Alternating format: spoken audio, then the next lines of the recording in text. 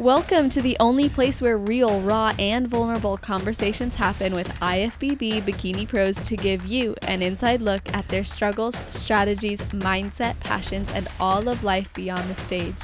This podcast is made to inspire, motivate, and remind competitors and the average gym goer that even the most extreme lifestyles and elite athletes have their ups and downs.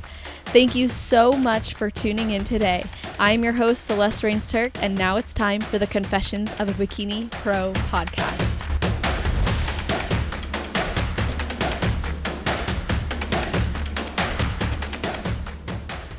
Today, we will be hearing from an amazing athlete who started her fitness journey when she was a junior in college, transforming her party days into gym sessions.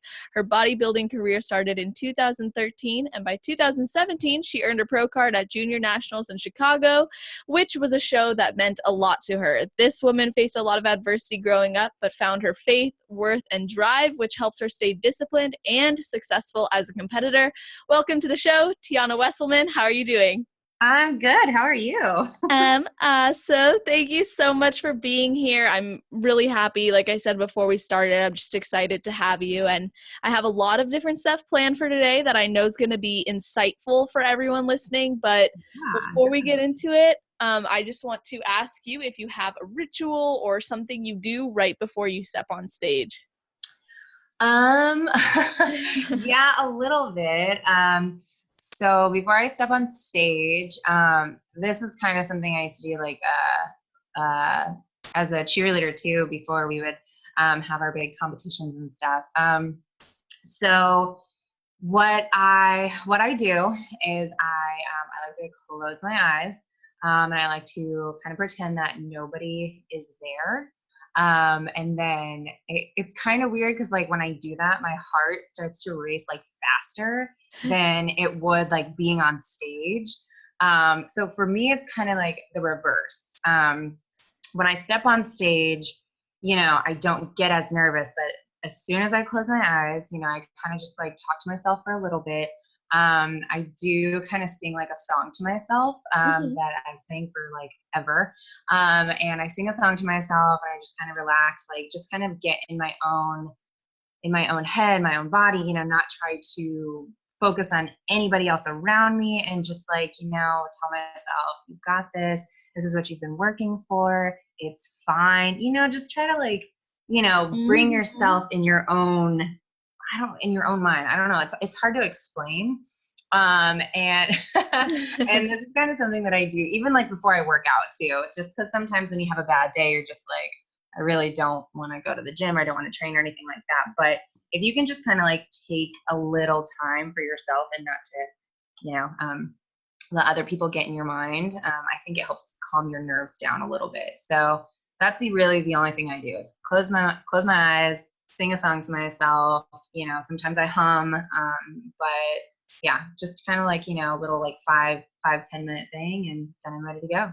That's awesome. That's really cool. And the fact that you've done that for as long as you were even before competing, that's pretty cool. And you do it in the gym. I totally get it. Like taking yourself out of what's happening externally and bringing it back to you. Oh yeah.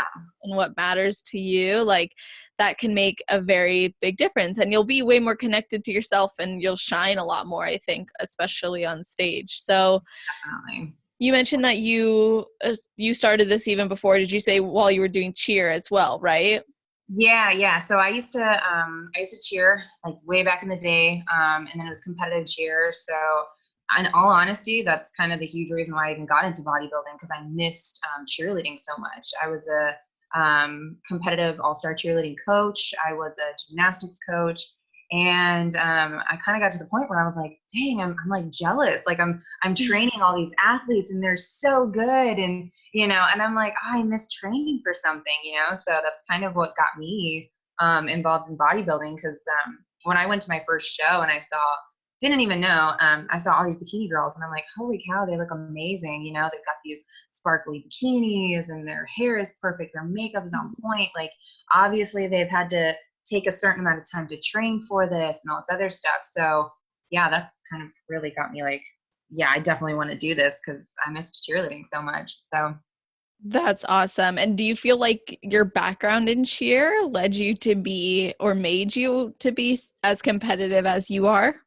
A little bit, yes, because I mean, I definitely always wanted to be the best, Uh-huh. and that really, really shined through like in cheerleading, just because, um, where I went, I feel like our expectations were really, really high. Just being in a small town, people knew, who our squad was because we were the loudest, or we always had like the best jumps, or something like that. So expectations were always really high. Um, Also, just my last name, my family is very, very big in my hometown and stuff. So again, I always felt like, okay, well, I have to be the best because I'm representing my family too. Um, but I think the most thing of how I built like my competitive ism, if that's even a word, was when I was younger, my family, we didn't really have that much like money and stuff. So I was never really able to be involved in one sport, or to be in anything really for that matter, because we also moved a lot. But so I really tried to just throw myself into every single thing, like in school, like gym class. I always wanted to be the best in the gym. I always wanted to be the best girl out in the soccer field, at recess or something. I always wanted to be the first person that everybody picked to be on their team. And because I wasn't able to actually be on a sports team because, it's expensive and things like that. So just from, not being able to actually be in sports, but, school was still enough. And I was still happy, growing up. But so once I was finally able to get into something, it just really took off from there. Yeah. And and just being in college too, and not really cheering anymore in college, I was like, well, so coaching, that's competitive because you want your athletes to be the best and stuff. So and then putting all that together in bodybuilding, I mean, that's, people say, especially with people that are on teams and stuff, like, it can be a team sport. At the end of the day, though, it's just you. You know what I mean? Like there's Mhm. only one person that can win. And that sounds bad kind of, but at the same time, like this is what you kind of sign up for. And if you're not super competitive on your own, I don't see I don't know. I don't really see how I don't know how other people can be like, decent at competitiveness if you don't think like, this is kind of like a one person sport, because it kind of is, Yeah, it and I is. think I'm just like rambling now, You're but totally not. Everything you're saying is like it's making a lot of sense and it's connected really well. And it made me think about how like when I look at being a competitor, I don't think about going backstage and telling other girls that they should win. Like that's exactly. Yeah. not no. Yeah. You can support your teammates, you can be there for your teammates. I want my teammates to be successful and win, but if you're in my class, well, may the I want to best beat one. you. Like come on, like I love you. I love you. Exactly. Exactly. No hard feelings, but I We still here want to win. for a reason. Yeah. Exactly. Yeah, yeah, yeah, for sure. And there's like, um, that's an expectation, like you said, that you have to have as a competitor and you Exactly. have going in. It's not like it should never be a surprise. Like Yeah. it should not be a surprise. If someone else wins, congratulate them and move on Oh, and definitely. expect them Yeah. to do the same. And it's like it's obvious that, there is a level of camaraderie among all the women. I mean, that's why this podcast is so awesome and that's why we can all connect so well. But at the end of the day, like you Exactly. said, you are the only one. You're going to the gym by yourself. You're prepping your Exactly. meals. Like, I don't have anybody holding my hand doing that for me. Shoot, if they Exactly. were, they can have my trophy. You know what I Right. mean? It's like, come Exactly. on. Yeah. So you grew up with two sisters, and you Yes. mentioned that you guys didn't have much money, and you were raised by a strict father, right? Who taught Mhm. you a lot of hope, faith, discipline, and making sure you have your head held high and you know your Yes. worth. Yes. So, how did the adversity, because not having much money, we can qualify that as having faced adversity, even though you said you were happy as a kid. Mhm. How did that impact your life moving forward? Oh man. That's gonna make me cry. Okay, hold on. So how that's helped is because wow, no one's like ever asked me this question. It's crazy.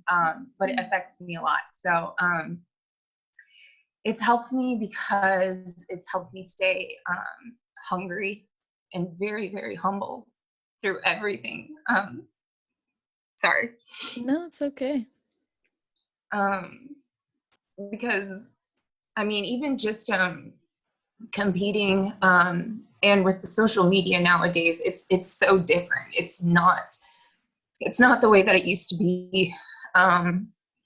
You know, and I'm not saying that social media is a bad thing at all. It's really, really not. I mean, there's so many success stories out there now because somebody else has motivated or inspired others. But however, I do think that you know, with sometimes I think that, you know, with the way that things have changed, it makes other people feel like they're not good enough. It makes others feel like, you know, because they're, you know, not having all these nice things or they can't afford to compete at all of the shows, it makes people lose hope. And it makes people feel like, well, I'm never going to get to the Olympia stage, or I'm never going to win my pro card, or this or that, because I'm not doing all the things these girls are doing. And that really, really affects people, I truly, truly believe. So growing up, how all that has helped me is because I have not once cared at all about what anybody else is doing on social media. I don't care what you're driving. I don't care how big your, you know, your following or your business or your how many sponsors you have or this or that. You know, what other people have, that's great. That's what they are doing. But how is that going to help you? This actually last week, I just got my first sponsorship. You know, I've worked with other supplement companies before and things like that, but it was never what I truly, truly wanted to really call myself a sponsored athlete. And it's been 6 years for me to actually say that. And because I've been patient, because you know, I wasn't out there trying to, you know, be like everybody else or, you know, because again, and this correlates to how I was raised where, you know, if I'm just like every other kid out there that has all the money or, you know, their parents are doing every single thing for them, you know, yeah, sure, I'd probably have it all too. But at the same time, like the past 6 years, I've learned so much to actually just, you know, do it for me, you know, focus on me. And because at the same time too, life is insane. Like we really have no control over anything besides like the small stuff, you know? And when you have no control and there's other things that, you know, come at you like blindsided, you know, like family problems, death, or financial issues or anything like that, you know, it seems so hard and it seems so difficult sometimes to feel like you're successful. And when you can be patient and when you can learn to just be happy and humble with where you are at while working towards the things that you truly, truly want, in my heart, in my whole entire being, I truly feel like that has made me and feel more successful because I'm still the same person that I was before I started competing. I'm still the same Tianna who, you know, grew up on the farm or, you know, grew up, you know, however. And it's made me, you know, like I said, it's made me want to work harder towards other things while other stuff does happen. And when winning your pro card or, you know, these big giant successes happen, it's going to make you feel 100 times like more just thankful and blessed and like just holy cow, this finally happened. It wasn't rushed. It wasn't, you know, I don't know. It was, the timing was just amazing, you know, and when you can, I don't know, when you can be thankful for how long something does take to achieve, or, because you don't have it all. So you've got to really work harder than a lot of people out there. I mean, to me, that's worth it, and from not having a lot growing up and, not simply like having a phone in middle school and high school or not having a car and things like that. I mean, yeah, it sucked. It always sucks. You want to be at the same level as everybody else. Of course, we all do, but that's not the way life is. And when you can accept it and when you can just, focus on yourself and your timing and, things are just so much more greater when the great stuff does happen. And it makes me more of a humble and appreciative person. And, so to me, it also helps, when people have expectations and it doesn't work out the way that you want it, it feels like you're hurt more, or, you're more down on yourself. You think like, oh, this didn't work out as I planned and things like that. The best thing in life sometimes is to never have expectations, so you're never disappointed, um, and because just being disappointed in yourself is hard enough. And I feel like people put so much pressure on themselves, especially with social media, and especially being able to see what everybody in the world is doing, accomplishing. It's overwhelming. It's insane. So you got to stay patient. You got to stay humble. You got to literally act like you have nothing, because at the end of the day, you do have a lot. You just don't think you do. And I think that's helped me, just being constantly happy with where I am, even though some other people are doing better than I am, which that's awesome for them, but I don't want to be like that person. I want to be me. I want to be Tianna. I want things to happen for me because it's supposed to happen, not because, I don't know. So it's I just, understand. it's really just made me feel more of a, I guess the only thing I can think of is like a real person, with social media now, it's hard to see what people really are like. You see these people and you're like, oh, I want to be like them, but then you're like, I don't know about that, so, Exactly. yeah. So to me, it's all about, staying true to who you are. And, if you don't grow up with, all the glory now, you might grow up with it later, or you might get it later. But sometimes having everything is not the best thing in the world. And having little things here and there is, to me is a little bit more rewarding, I guess, than having everything all at once. Yeah, absolutely. And there's a lot that can be said about what you just mentioned. And like when you look at affluent neighborhoods, Mhm. there's usually more like suicide rates, drug use. Um, Drug use goes back and forth depending on what we're talking about, but Oh, yeah. suicide rates is usually higher. And it's Mhm. interesting, like looking at the studies behind it, it's a lot of times because they, when faced with a tough time, they struggle Mhm. to like find a way out or find a way to do it because they were given things. Now, I don't believe that's true for everybody, but it's definitely something to think about, and like addressing that with what you said, which is even in the times that we can't control, we Mhm. can still be grateful and we can still find things to make us ourselves feel better. Our own journey means Exactly. something. And Exactly. when we look at social media, especially now, like, I mean, it's probably in every industry, but I'm mostly following like fitness, wellness, and health related Mhm. people, and obviously competitors. So, what I see a lot of times is there's a lot of pressure. Oh, And yeah. you mentioned it yourself, like people can feel like they won't achieve something because they're not like so and so who is achieving that thing. But Exactly.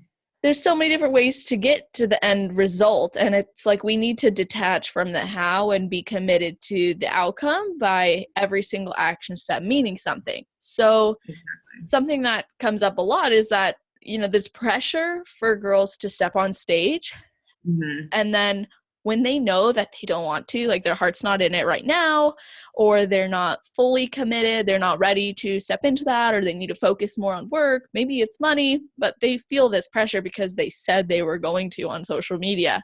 Oh, Now, yeah. all eyes on them, right? But it's like, Oh yeah. how do you continue? Because I know you do this, you continue to do what feels right Yep. while still working towards your goals, and you don't let the shoulds, right, get in Hmm. your way. So how are Hmm. you able to do that? So how I do it is I don't announce anything.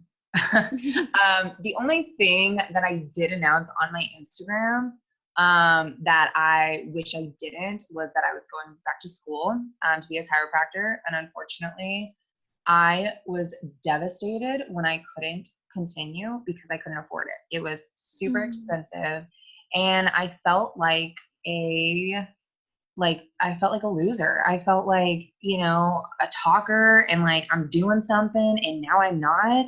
And it's literally, and it's not even because like I can't get my body right. Like most people on Instagram that are, it's fitness related. It's all like, show, and if you back out, like, you know what I mean? Like I was pretty depressed with that, but when it comes to shows and things like that, I don't announce that because I mean, and I see it all the time, girls are like X amount of weeks or this and that. And here's the thing too. I started competing when Instagram was not even a thing yet. And it was awesome.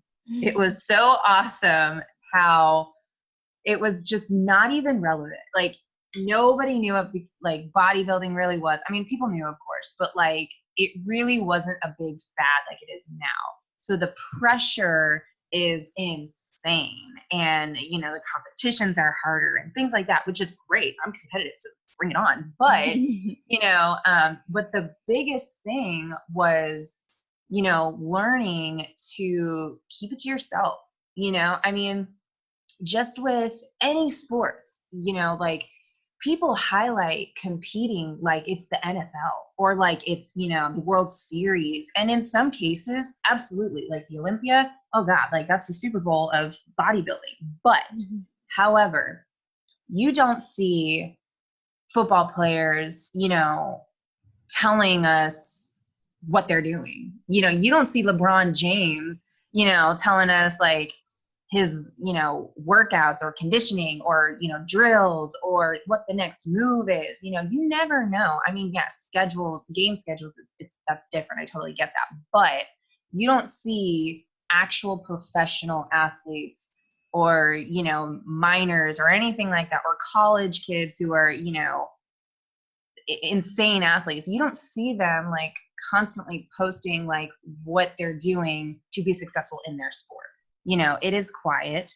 They have other coaches that are looking after them. They have their own schedule, and what these people are doing on social media by putting the pressure on themselves, it's kind of sad. It's kind of like, well, if you want to be the best, if you want to be great, you know, I get it. You want to have a bunch of followers. I get it. You want to have like a fan base or, whatever that may be. But at the same time, like, who are you really doing it for? Are you doing it for yourself? And if you do back out, like, or, if you say you're going to do something, are you going to do it? I mean, the only person I can actually like think of that actually was like that was like Muhammad Ali, like one of the greatest like freaking athletes of all time, but at the same time, I feel like people are more like they're wanting the attention to, to have likes and followers and things like that. I don't think there's a lot of people who genuinely just really love this lifestyle and just genuinely really love to compete because they are athletes. To me, it's just seeming kind of just like a popularity contest, and I don't want to be a part of that. Do I post some things here and there? Yes, absolutely. It's my Instagram. I can do whatever I want. But, and as a coach, I do have clients and things like that, though for me, those posts are just to, show like, hey, this is me. I'm not prepping for a show. Not once have I ever said that I've ever jumped into a prep and I'm certain amount of weeks out, yada, yada, yada. But it just, I don't know. It just, I think it just messes with people. And I think it's the worst thing that you can do, honestly. And the best thing that you could do is just keep it to yourself. You know, if you're going to compete, I think the best thing is just saying, don't put it out there. Don't say, hey, you're this amount of weeks, because that's going to that's going to make your own like disruption, because then you're going to feel like you owe it to however many of these followers and the people that look up to you. And you're putting that more pressure on yourself, when competing enough is already a lot of pressure. It's a lot of discipline. It's a lot of, you got to be perfect with this, with that, with everything. And it's going to make you feel more kind of like a failure. You know what I mean? If you announce it and you can't follow through with it, because life, finances, people, work, whatever that may be. But so that's the biggest thing that kind of gets me sometimes is, posting so much. And the best thing that I've done is just not post, to not really care. It's not that I don't care about the people that follow me, or that I don't care about being a positive role model, but I want people to know that I'm a real person too. And if I want to compete, you'll see me on stage. If I don't want to compete, you won't see me on stage. You know what I mean? It's as simple as that. And I think people put so much pressure on themselves just by posting. And the best thing that you can do is to just go to the gym to go. Eat clean because you want to eat clean. Do cardio because it's actually good for you. It's not bad for you. Post if you want to post, but just, don't put the extra pressure on yourself, and some people say it helps keep them accountable. But to me, like, I kind of think it's a little bit of an excuse, it is, if you have to tell the whole world what you're doing just to stay accountable, then maybe this isn't for you. Maybe, you need to find yourself first and ask yourself, like, is this really for me, or is this for everybody else? Are you putting on a show for you, or or the whole world, and I think, because at the end of the day too, that's also going to create a relationship that you have with yourself and what you're doing. You can eventually hate what you're doing because you're working so hard to have this audience.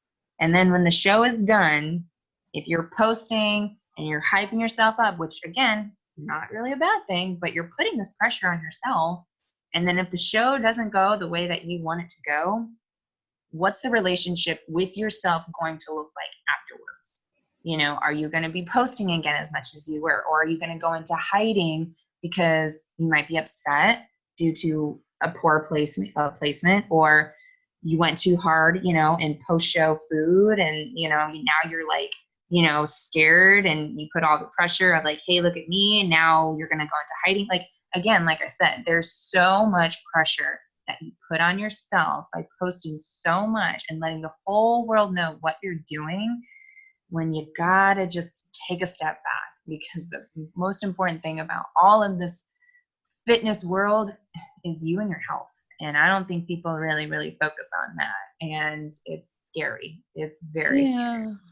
So. Yeah, I go back and forth on the social media thing, because I think it's also about how we can handle the pressure, because there are some people who can post and then they pull out and they're fine. Like they appear to be fine anyways, they're okay. And there are people who post to do it and they only compete for social media. And so there's two different types of people, I think. And I think it's important to see what's going to be the best thing for you. I challenged myself last year. I was like, okay, I'm going to do a show without announcing it or saying anything. And I found that I was fine. It was the same experience. I just told people like 1 week out, because I was like running my ass off. So I was like, okay, whatever. But I think like I go back and forth on it, honestly, because I think for business purposes, for money purposes, for inspiration purposes, like people get a lot out of it. And sometimes it can even prove to raise self-esteem. But if that's the only thing, like you said, that's keeping you motivated and accountable, then that's not enough, and it's not the right thing for you. And we have to get away from that. I think the pressure we put on ourselves is a choice as well.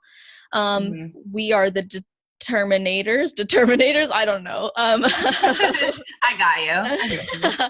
Like, we determine if like saying and posting things is going to make or break us, or what other people say and post. Does it affect Yeah. us subconsciously? Absolutely. Oh yeah. We work through that. Absolutely. So, Absolutely. but there's definitely no doubt that it's easy to get so wrapped up into competing that we Mhm. forget about how we got into all of this in the first place, Exactly.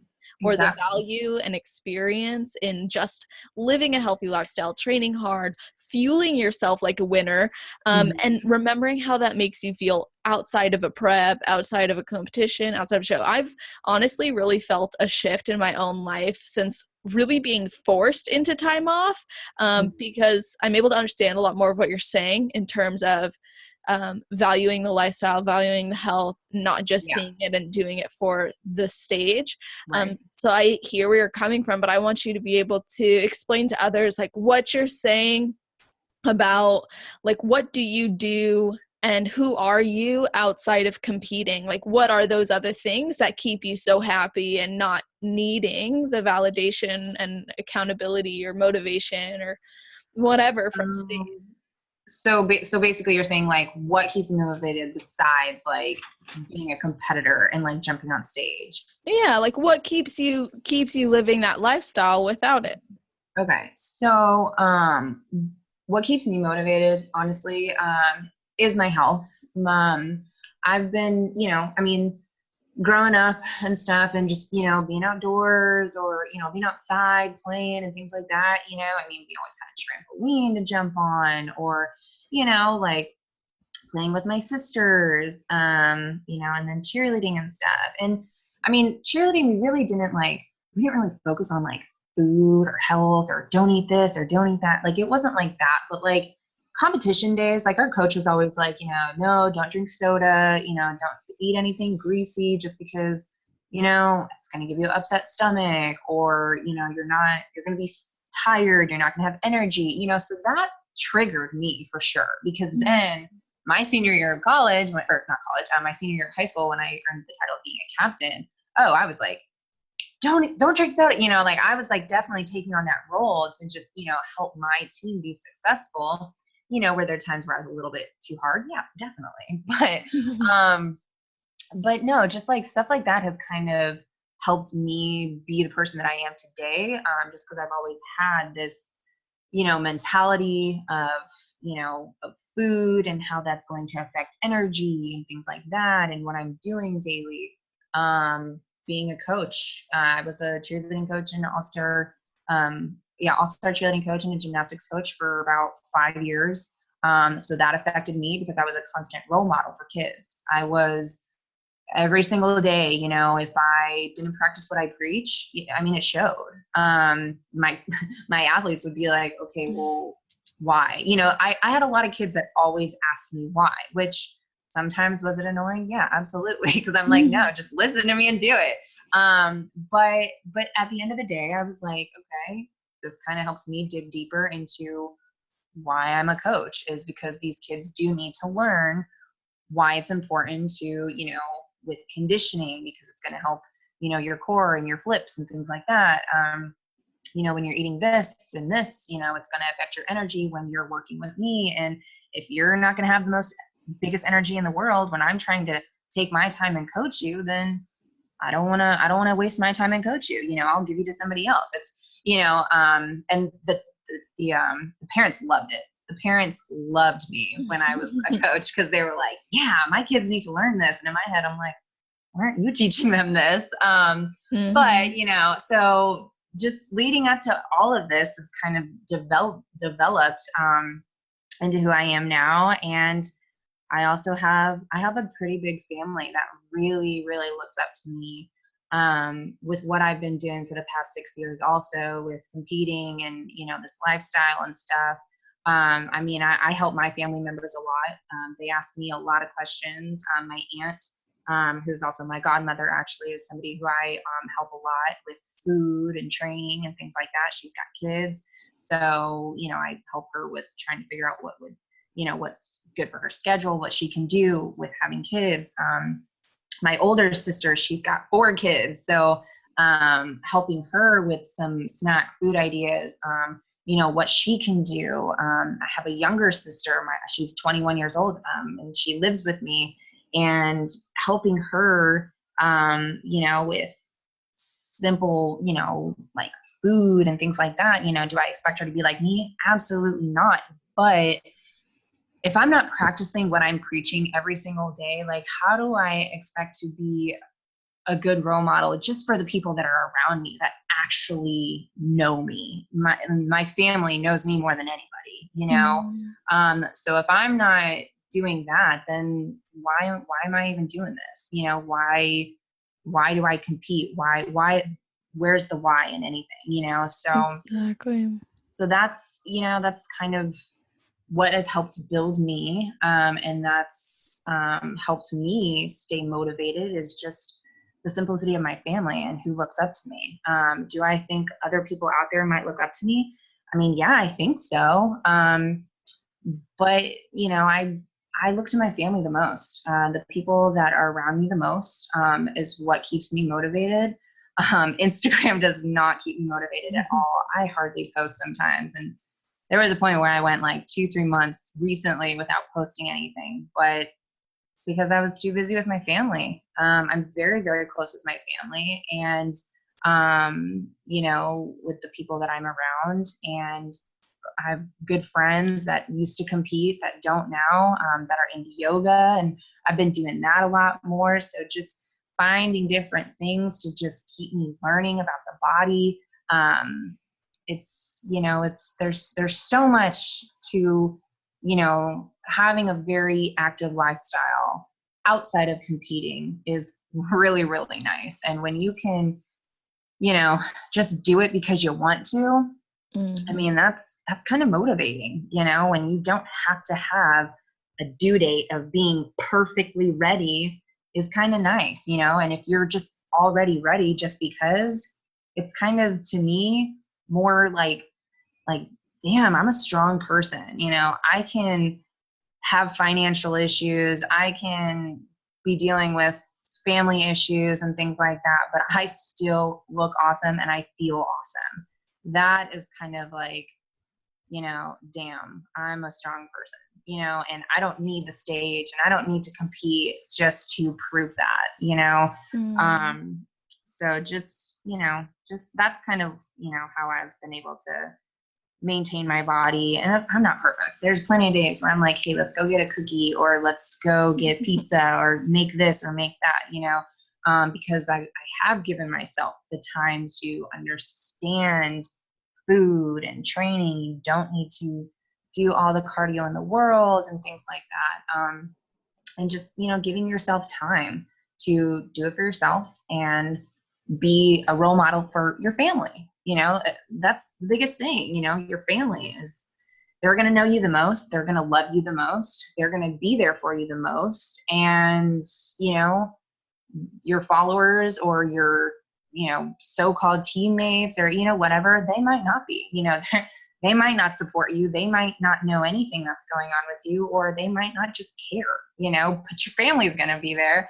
And your sisters are always going to be there and stuff. And to me, that is the biggest reason that you should stay motivated and that you should take care of your body, not because of anything else, really. And I think you'll love yourself way more, and you'll love this lifestyle more, because you're like, damn, I can do this without a stage. Yeah, exactly. And it's like really empowering to know that you can do this without having to have an end goal. And I think some people continue to chase the stage because they feel that that's the only thing that's gonna keep them living that lifestyle. Yeah.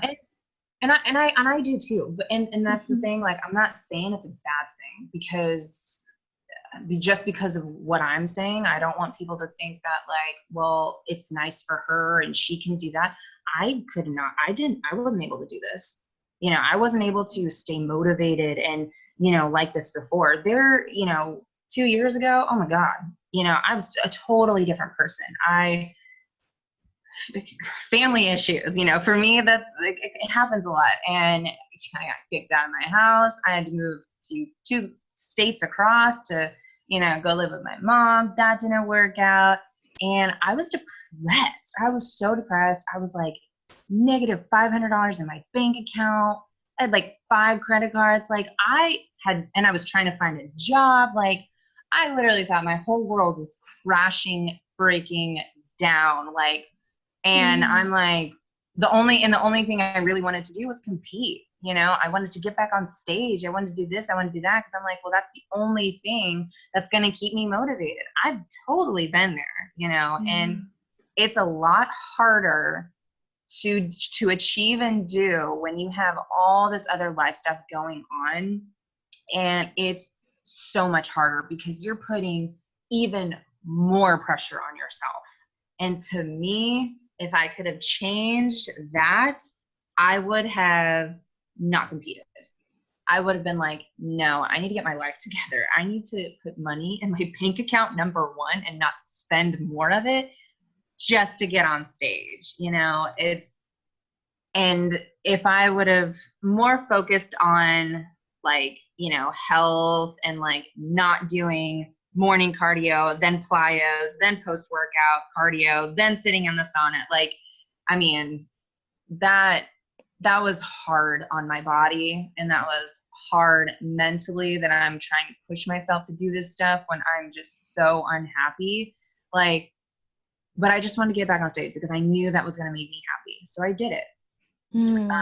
So I'm not saying you can't do it. I'm not saying you should do it, but the biggest thing that I have learned is that if you can truly just stay motivated, focusing on yourself versus the stage, you will be a lot happier. You will feel a lot stronger. And it'll just be like, competing should definitely be more fun. It should not be like, oh my God, I'm stressed, I'm not going to look good, and then I've got this, I've got that. Like, there's just so many things. But yeah, like, just focus on yourself first and let the stage come to you.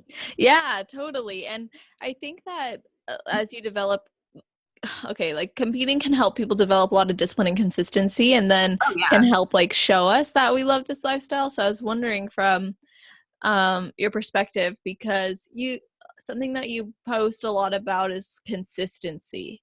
Yes. And you made a post about like on Halloween you had candy, right? And this is what actually inspired this question. Yeah.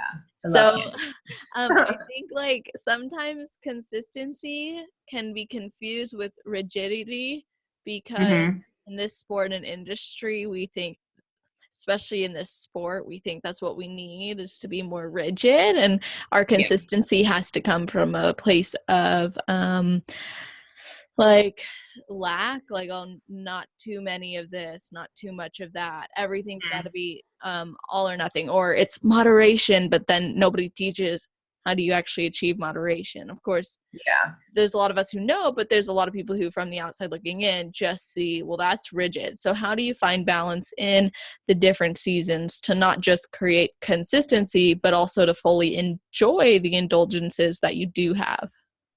The best thing that you can do, and that's a really, really good question, especially including people looking in, because I guarantee there's people out there that are like, she had candy that looks like that. Like, how do I do that? You know, and it sucks because I am me, you know, and this is what I want people to understand, is that you're not going to be able to achieve what you see on social media if you don't try it yourself, but really, really try it, because consistency is still hard and it is still discipline. You know, like there are tons of days where I'm like, you know what, I really don't want to have, you know, protein and veggies right now, but you know what, I know at the end of the day I'm going to be happier. You know, I'm not going to feel bad about myself because I decided to have, you know, I don't know, a Big Mac. That's like the first thing that can come in my mind. But, you know, like, because I was lazy in that moment. So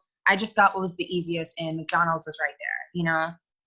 Yeah, that's, you know, you can do that, but you're not going to feel happy about yourself. And especially when you're staying up late in bed and scrolling through Instagram and being like, oh, I wish I looked like that girl. And, oh, that girl said that she had candy, but still looks like that. Like, how do I do that? Well, you have to find like and you might have to just do this with yourself, a coach, when girls hire coaches, they're going to tell you what to eat, they're going to tell you what to do and this and that and blah, blah, blah, blah, blah. But if it doesn't work for you, like if you're not happy to do it, if you can't be happy to, follow something and actually really, really commit to it, consistency is going to be super hard for you to learn. Absolutely.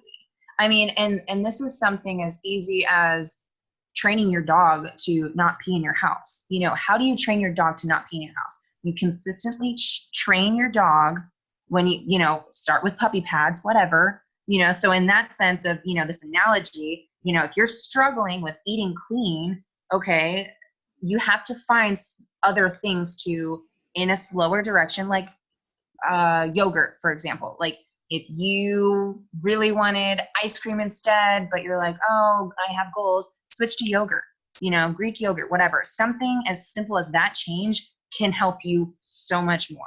Okay. So, and that's where here's the analogy of training your dog is the puppy pee pads. It's still not outside yet, but hey, at least they're going to the pee pad. You know what I mean? Exactly. They're at the door. They're getting there. And that's you with swapping foods out, if you like sandwiches, like I love sandwiches, like I love Subway, and bread for me was one of the hardest things to get rid of. So instead of just going cold turkey sometimes, again, analogy, training your dog, sometimes it just doesn't work with just going outside. But you could switch to whole wheat, and something that I like to use a lot is whole wheat tortillas. I love making wraps. I love going to Chipotle all the time, like making like a burrito. I'm also Hispanic, so that's like one of my favorite things is like enchiladas and burritos and things like that. So you have to get creative. That's another thing about being consistent is that if you are going to, find this consistency with yourself, you got to be consistent with like, hey, well, I know I like this, so I'll just switch to this. Exactly. It's finding different things that you can follow, and then that is going to help you be consistent, Exactly. And then, once you're, back to the analogy of, training a dog is, once you're finally like really noticing your dog has to go to the bathroom, they'll be at the door where typically I hope that's where they put the pee pad. Then they're going to start picking up on that. It's going to get easier. And then eventually, voila, your dog's going outside. And instead of peeing at the door every single time, they're waiting for you to take them outside. That's consistency, as simple as that. People that have kids, I don't have kids, but I do have a 21-year-old sister and I already feel like a parent, but I mean, when you're training your kids not to lie to you, or when you're training your kids to not do something bad or do something again, if they do something and you scold them or, do whatever, you have to be consistent so your kid doesn't do it again. Exactly. Right?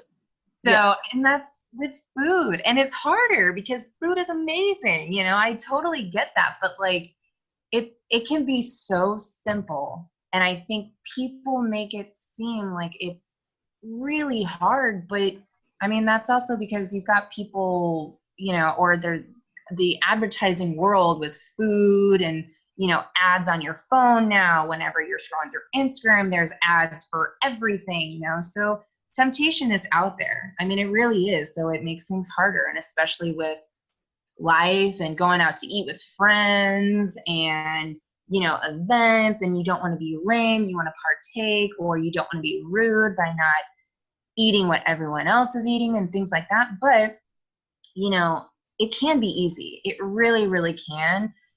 And when you give yourself a good solid, like 2-3 weeks of being consistent and really committing to that consistency, I mean, you're already going to feel like, wow, I can already feel physically better. Mentally, I feel better because I actually did it, so the next, then the 4th week, 5th week, and then so and so and so forth. And then of course things come up, but also being at restaurants, you can modify anything because today everybody is allergic to everything. So, their job to make sure that you can eat, you know, so because they want a tip from you. They don't care what you're eating, they really don't.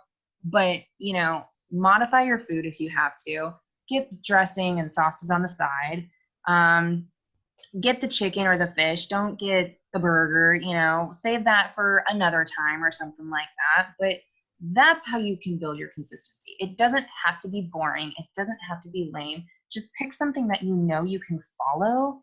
And then once you finally see the progress and see those goals really, really start like developing and seeing, then you'll be able to be more lenient and flexible with your food choices. I'm only able to be flexible now with my food is because I've spent the last, you know, 6 years trying to really understand my body. I don't think it takes that long for anybody, but when you diet the wrong way, when you work with, you know, 4 or 5 different coaches, yeah, your education is going to be like all over the place because you don't know who to follow, trust, you don't know who's wrong, who's right. But until you actually can do it yourself, and in all honesty, I really think that is best because nobody's going to know your body better than you.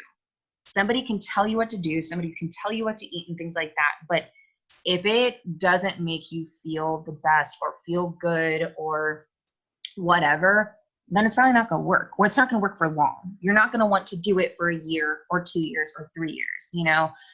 So that's why I'm saying, like, just do your own simple research of just picking foods that you like.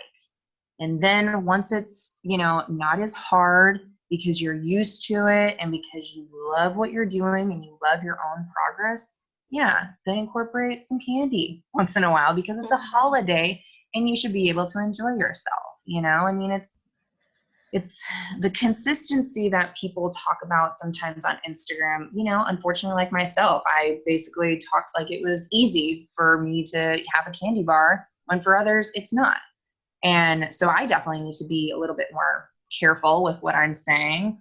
I don't know. I don't think you need to be more careful. I just think, yeah, I don't think you need to be more careful at all. I think there has to just be education for, like, people need to actively seek out education. If someone's triggered by you eating a candy bar, well, that should actually trigger them more to look at what's going on. And I think that, you know, like, I wouldn't change it. I think you're sharing a lot of value here as well. And like, when we think about eating, like, I help a lot of women to achieve, well, you know, like food freedom, basically a healthier relationship with food, and then also competitors post show as well, because it's a big deal. But something that people don't think about with food, and I think the reason why it is hyped up as to be something more challenging is because it can be. And there's a lot of psychological aspects going into it, depending on sometimes the way you were raised, the things you ate as a kid, things that make you feel better, positive reinforcement. Like,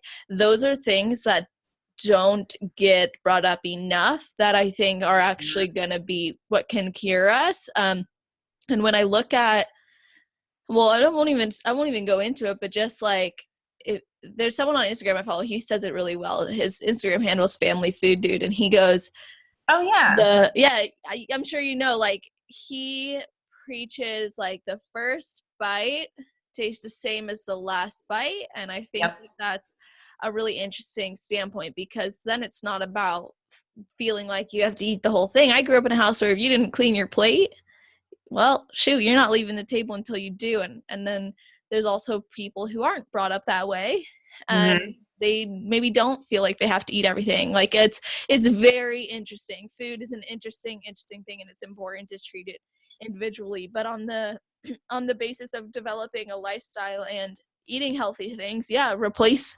the stuff that you love with things that you still can love, but maybe are a little bit better for you. So I want to know, now this is kind of shifting into more of a personal aspect, but I think it's something important to bring up. At the very beginning of this conversation, you said that you can't control everything in life. You can't control everything that happens, and sometimes that's money, sometimes that's people, sometimes that's death. And And I wanted to actually touch on that topic because, and excuse me, I don't know why my my throat is like, ah. Get you some water, girl. For real. Everyone's probably like, ew, what's happening? But it's like, I know that when you started bodybuilding, you were dating someone named Ryan, and he was your boyfriend at the time, and you guys were going to be, and I was really heartbroken when I was reading this story, and I'm not going to tell the story because I want you to tell it, but like you had to step on stage without him, but then moving forward in your journey, you took time off and then you stepped back on stage and really honored that relationship. So can you just tell the listeners like what I'm referring to, the story of your journey in competing Yeah. and then how it kind of came from that? So yeah. So I met Ryan at Southern Illinois University, Carbondale. That is where we both went to school. And I saw him the previous year at the bodybuilding contest that was hosted by SIU, and he won that year. And I was like, okay, so I know who this guy is. And then the following year, I, attended the university, and I actually like really, really met him. And okay, whatever. He was cute. I liked him, so we started dating. And I never really I thought it was just the school thing. I really didn't think there was actually like bodybuilding shows. I didn't think it was like a really serious thing. So once I really started to date him, and he was an engineer student, so I was like, can you really do this? Like being like a hardcore like student, and like the training and the cardio and like the food, and like, what if you want to go out and like be with friends? Like I was just so confused of how all of this like was really happening and just a real thing. So once I saw the discipline, I thought it was awesome. I thought it was cool. I thought it was super motivating.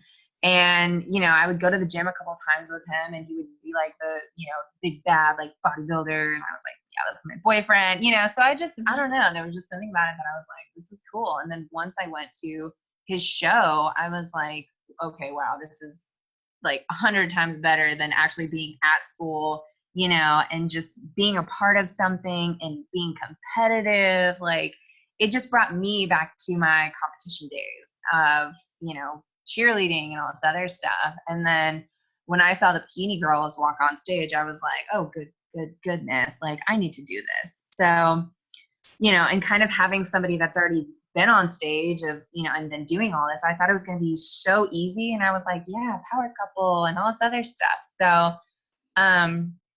So my first year, and this was my junior year of college when I really started doing this, I did my first show, and he was my coach. He helped me do everything to like diet, cardio, and lifting, and down to even like the color of my suit. Like I was like, dude, just help me out. And I'm super excited. So I let him just handle everything.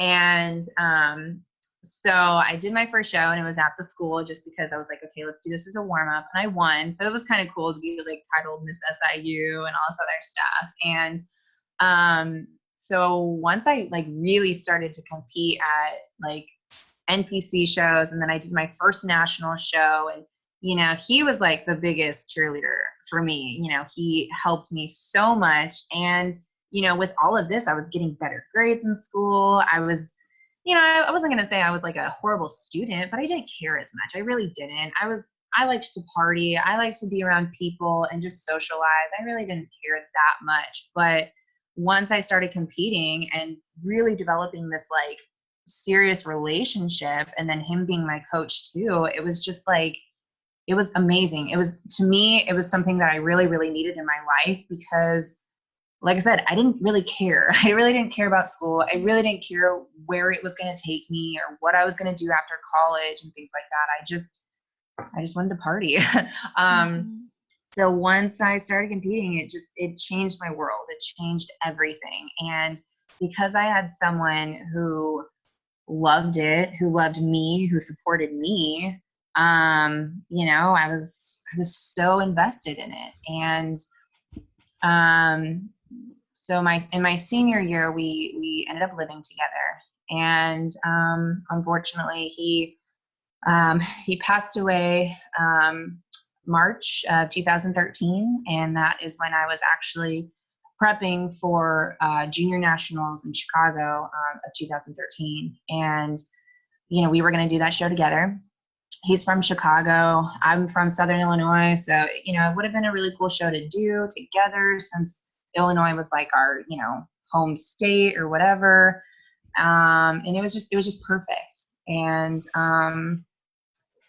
then when he passed away, it was different. It was, I don't want to say the motivation wasn't there, because I still felt like just because he wasn't physically there, I felt like he was still there, just being like, if you don't go to the gym, like, why did you even start this lifestyle? Or if, you decided to cheat on your diet, then, or this or that, then why did you even, start this? Or, so I still felt like he was there. But I couldn't, like, I don't know, I couldn't really imagine stepping on stage anytime soon, just because it felt so quiet.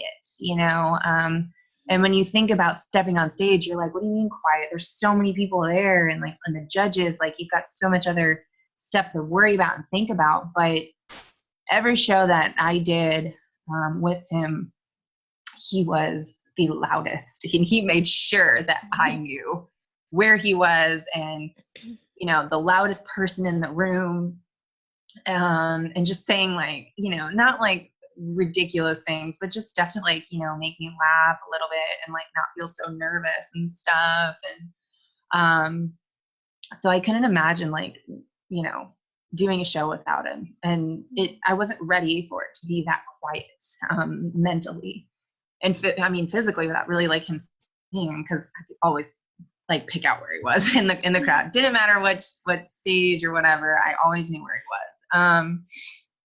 So I took I took 2 years off, because I needed to focus on graduating. 2013 is when I did graduate from college. So I got through the couple months until May. And, like I said, we lived together. So it was really, really hard to still live in our condo or whatever that we lived in. It was like an apartment. No, it wasn't an apartment. It was like a condo, and or a townhouse, whatever. And it was just awkward. It was so weird. I felt really, really alone. And I still went to the gym. I still did my cardio. I still ate my meals, just because, it's what I knew. It's what I felt like was the right thing to do to just keep moving forward. But it was still hard. I didn't really wear, like, hats to the gym ever. But that's when I started to develop of just wearing a hat, because I didn't want anybody to look at me. I didn't want anybody to stare at me and be like, oh, I feel so bad for her because her boyfriend passed away and now she's here by herself. I just blocked everything out, and I honestly tried to act like nothing happened. And I think that kind of messed me up a little bit. And I still have kind of issues now, still, like, kind of, trying to feel more open and trusting people, and, like, having people help me get through stuff. But regardless, like, I took a lot of time off because I needed to graduate. My professors were absolutely amazing. But, just had to focus on that. I had to focus on, okay, what am I doing now? I really don't know. I got a couple internships, and I moved to Kentucky. I was still training, I was still eating, but I really wasn't doing it any at all with a purpose. I just wanted to try to feel normal. Like I said, I was trying to act like nothing happened, because I was scared that it was going to put me into, like, a huge crazy depression, and it was going to literally change who I was, like, completely. So, I didn't care at all how much time I was away from the stage, because at the end of the day, I also felt like I didn't belong up there anymore. I felt like I wasn't allowed to compete anymore because he wasn't there with me.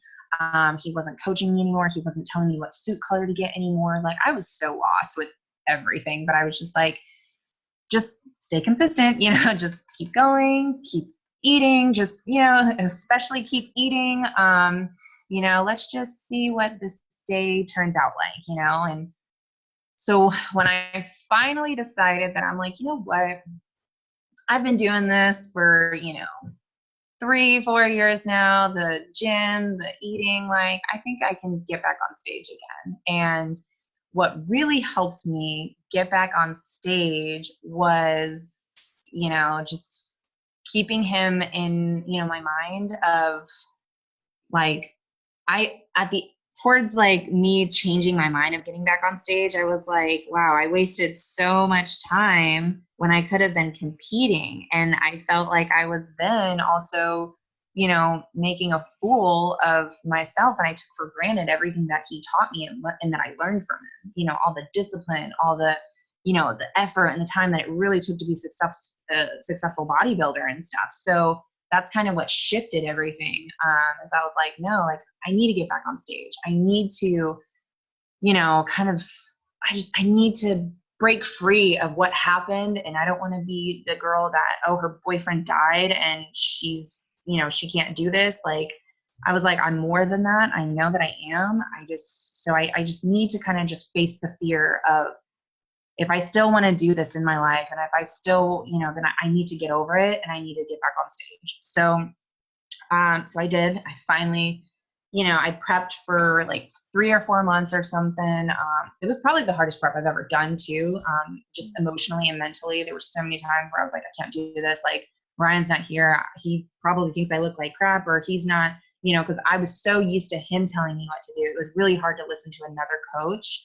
And somebody else to kind of like tell me the suit looked good when actually it really didn't. So once I finally stepped on stage again, I didn't place, at all, which really, really sucked, but I was happy that I finally did get back on stage, regardless of how much time that I took off, because I knew it was, wow, this really is for me this time. This really is like, I need to just break free of the emotions of losing somebody. And, I need to like make sure that, I really do love this and I didn't totally waste my time of, grieving or, whatever, of all these feelings. But it was just, it was really hard. It was still really, really, really hard. And, it was a little nerve-wracking, just because of not placing and then not seeing him, like in the front row or hearing his voice. It was still very numb, and I still felt like I was like, did I really compete? I don't really know. And then, so again, I took some more time off just because I was like, did I rush into it? I don't really know. And then I started to kind of get back into the groove of it. But again, I took like another year off, and then stepped on stage. I always wanted to do the Arnold. I never went to the Arnold, really before, until I met him. And it was the coolest thing ever, of course. And, him and I always talked about like, it would be so cool to compete at the Arnold. So I was like, okay, let's compete at the Arnold. Let's see what happens. I actually ended up placing 7th, and I was like out of my mind, so freaking excited, just because I was like 7 out of like 40 some international girls. Like, that's pretty insane.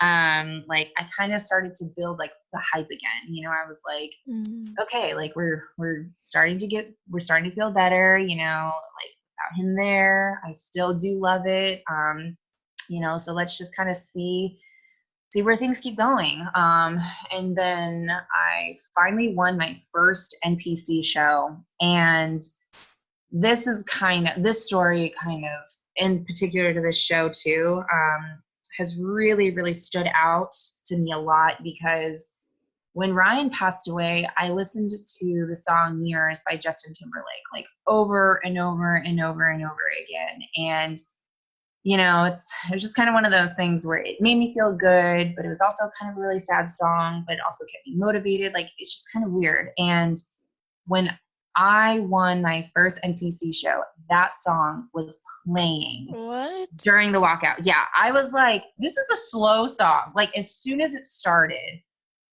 at shows you hear like, not like techno music, but you hear like fast-paced stuff, Yeah. And immediately when the night show started and that song started to play, I started to cry because I was like, are you kidding me? Like, why is this even playing right now? And, there were some girls backstage being like, are you okay? And I was like, yeah, I think so. Yeah, I'm okay. Like, I don't know any of these girls, but I'm like crying. And, so we're out on stage and I'm trying so hard to fight back all these emotions and all these tears because, I mean, when everything happened, I cried. I did cry. I did have emotion then when it all happened, but it felt so unreal that I didn't lose total control and emotion like I wish I would have to kind of really help me get through it. I didn't give a lot of emotion back then. And now, and then during that show, I was like, oh my God, like, why is this happening? So, and then it turns out that as that song was playing and I was giving my posing routine and then they called me first place, I was like, this is insane. Like, this is so, so crazy. So in that moment alone, I was like, oh, thank God I am supposed to be where I am.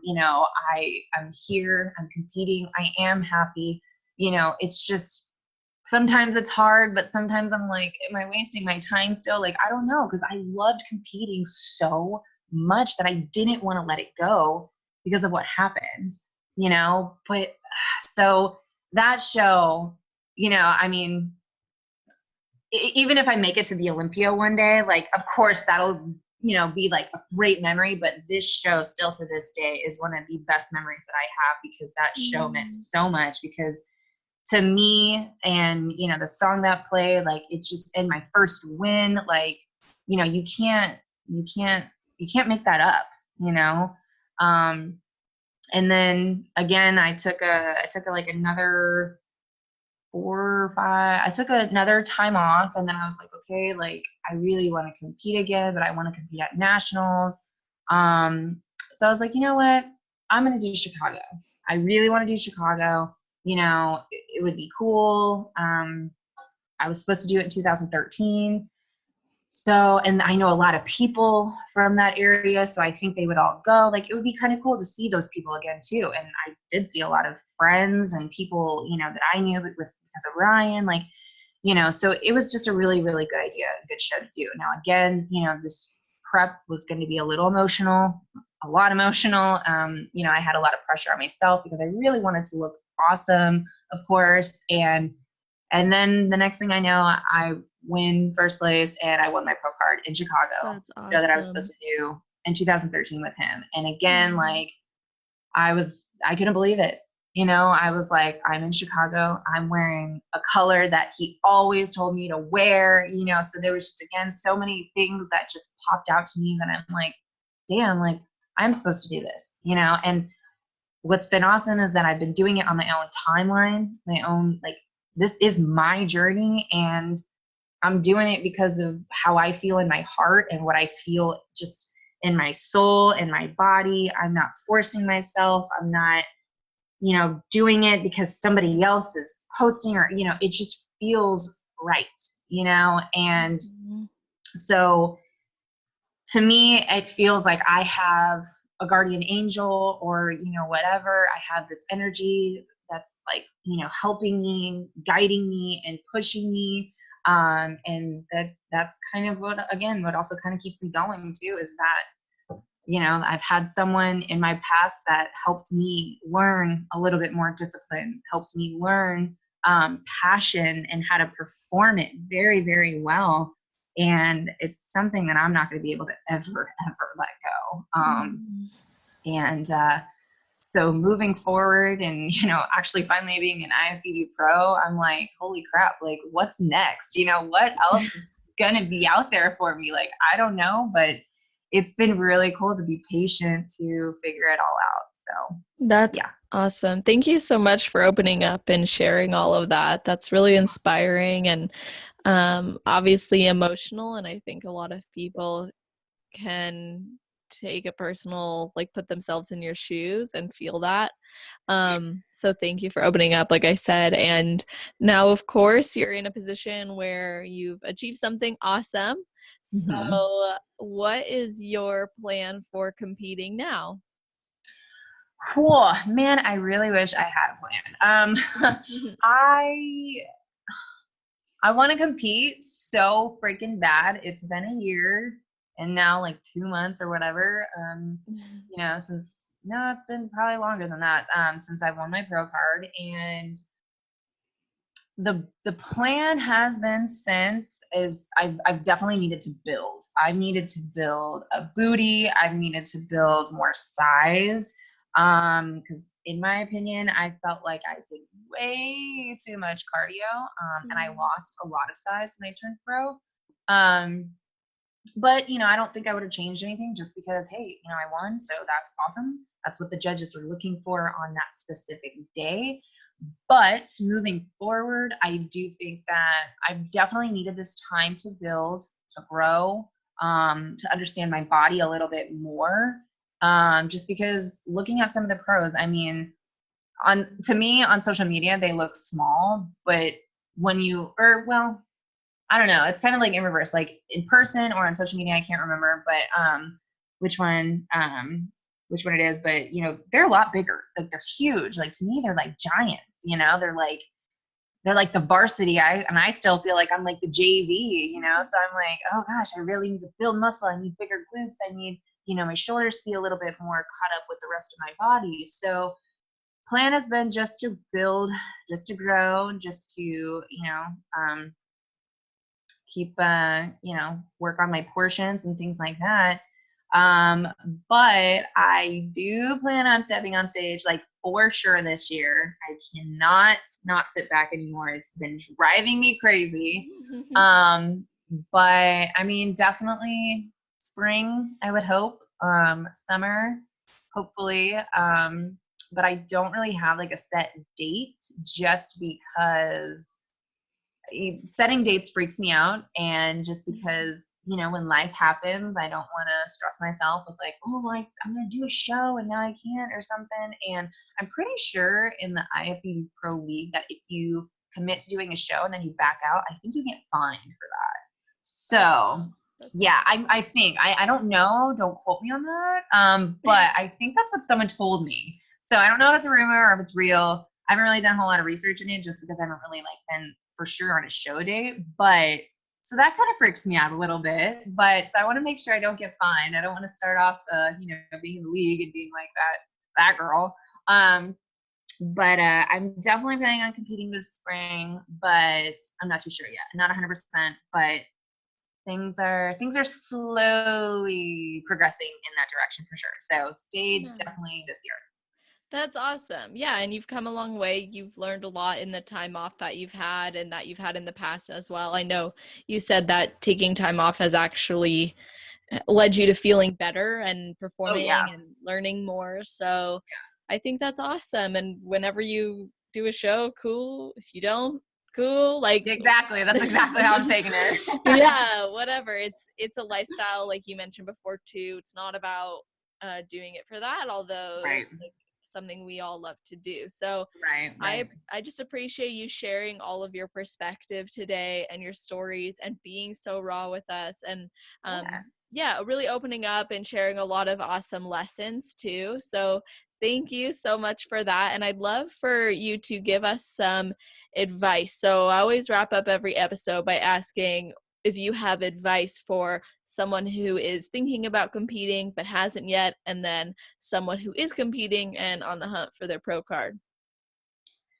Um, Biggest advice. I would definitely say is, I mean, the biggest thing for me and what I think is the best, is having confidence in yourself, because nobody is going to have, more confidence for you.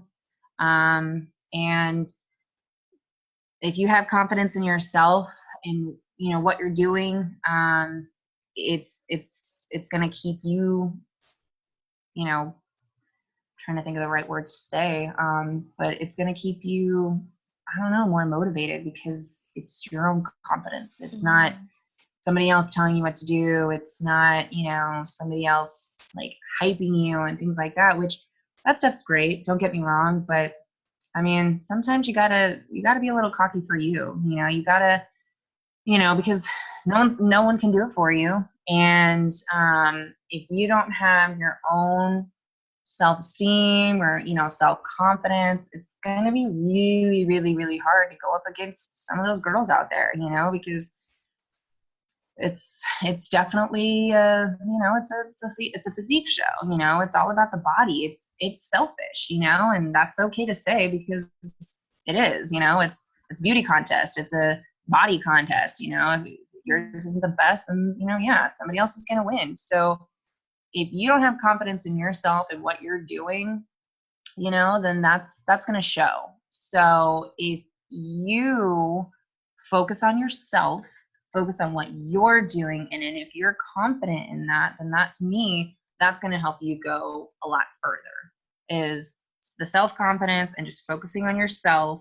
Because again, nobody can do it for you. And if you're relying on somebody else to do that for you, then you're going to have a really, really, really hard time. It's all about what you can do for yourself, because in all honesty, I think the only person that's going to have the best interest truly is you. There's coaches out there, there's mentors, there's people, there's all these people that can give you direction or inspiration, things like that. But what's going to matter is what you're actually going to do with it. Exactly. So yeah, so that's the biggest thing. Of course, people can say consistency. Of course, people can say is, I don't know. I can't really think of anything else, honestly. But you got to have your own confidence. You got to do it for you. You I got to love focus it. on it. Yeah. That's awesome. Thank you for that. I was writing it down. That's really, really Oh, good. cool. Yeah, absolutely. Having confidence in yourself because no one else is going to, focusing on you, doing it for you. Yep. Those are huge takeaways and honestly, big themes of this episode as well. So I want everybody to be able to say thank you for everything that you shared and for opening up. So can you just let them know where they can find you or follow you? Yes, absolutely. So I am on Instagram. So my name on Instagram is Tianna Wesselmann, IFBB Pro. I'm pretty sure what is it, a handle? I don't know what that's Mm-hmm. called. It's just my first name. It's TIANN, 2 A's _ Ray, RAE. And that's pretty much it. I mean, I have Twitter, but I mostly just retweet like stupid stuff, nothing like that motivating. That one's more just for fun. But if you want to follow me on Twitter, that's cool too. It's TIANNAA _ RAEE. But I'll be honest, that's not really athlete related. I'm honestly a huge Green Bay Packers fan, so I retweet a lot of Green Bay Packers stuff. I retweet a lot of like motivational stuff, but then again, like I said, it's not really that motivating. I'm not really that crazy on it. But and then I mean Facebook, but it's just family on there, so I'm not even gonna give that up. If you find me on Facebook, hey, cool, I'll accept you maybe. But if I don't know you, probably not. Like I said, that's typically just for close friends and family, and I hardly ever post on there anyways. So Totally. Yeah. So everybody listening, I'm going to put those links for Instagram and Twitter on the show notes page. Per usual, that's going to be on www.celestial.fit/podcast. She's going to have her own category. So if you're listening to this months down the road, make sure you go to the category section and find Tianna's name, and then you'll be able to get all that information, see all the show notes, and of course click those links. I just want to say thank you guys so much for listening. I appreciate you showing up every week. I'm working really, really hard to get an episode out for you every single week of this year. It's a big goal of mine, and I'm not going to stop until it's done. So thank you. You're helping me make that possible by being a guest, and I appreciate that. I need that. So thank you so much. And yeah, if you guys want to support the making of the show, you can become a patron. And of course, please make sure you say thanks to Tianna as well. Let us know what you think about the episode, your shares, your posts, your reposts, your comments, whatever. It goes a long way. It helps other people get the message as well. And we want to share this valuable insight from these athletes. So thank you guys so much. And I hope that you all have an amazing rest of your day, night, or morning, wherever you're